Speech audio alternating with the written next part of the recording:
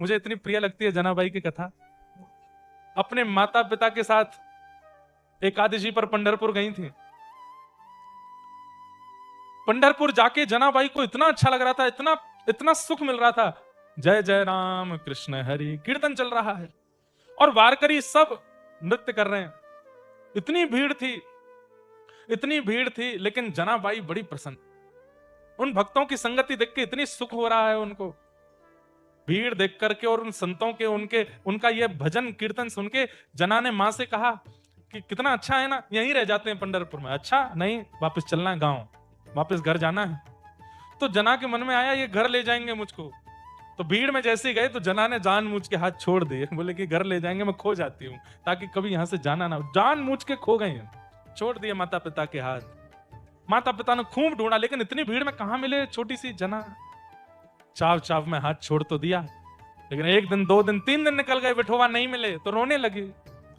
चंद्रभागा जी के तट पर जाकर के, विठोबा कहां हो, तुम क्यों नहीं आते हो मुझसे मिलने, तुमको दया नहीं आती, मैंने 3 दिन से कुछ नहीं खाया, मेरे माता पिता सब चले गए, तुम ही तो मेरे माता पिता हो, आ जाओ ना विठोबा। कोई नहीं आया। तब श्री नामदेव जी महाराज उनको अपने घर ले आए।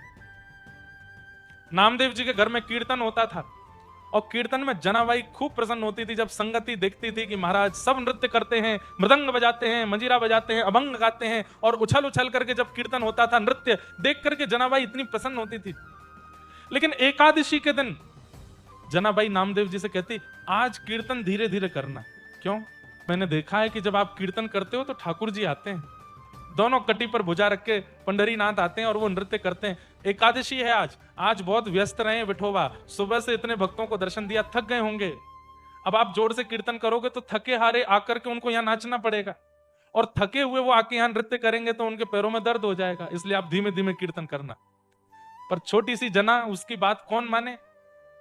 और जैसे ही महाराज कीर्तन होता, जना सबसे कहती धीमे धीमे धीमे, एकादशी है, पंढरीनाथ आएंगे, वो नृत्य करेंगे, उनको श्रम हो जाएगा चरणों में। लेकिन कोई नहीं मानता। खूब जोर से कीर्तन हुआ, पंढरीनाथ आए और जना देख करके रो रही है, विठोबा इतनी तेज नहीं नाचो, श्रम हो जाएगा चरणों में।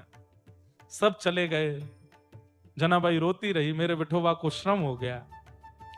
आधी रात का समय ठाकुर जी प्रकट हो गए और प्रकट होकर जनाबाई की गोद में अपने दोनों पैर रख दिए। चल रो मत, दबा ले, थोड़ी देर सेवा कर लो, तेरे को बहुत पीड़ा हो रही है कि मेरे पैर में लगी होगी, चल थोड़ी देर दबा। और जनाबाई चरण दबाती।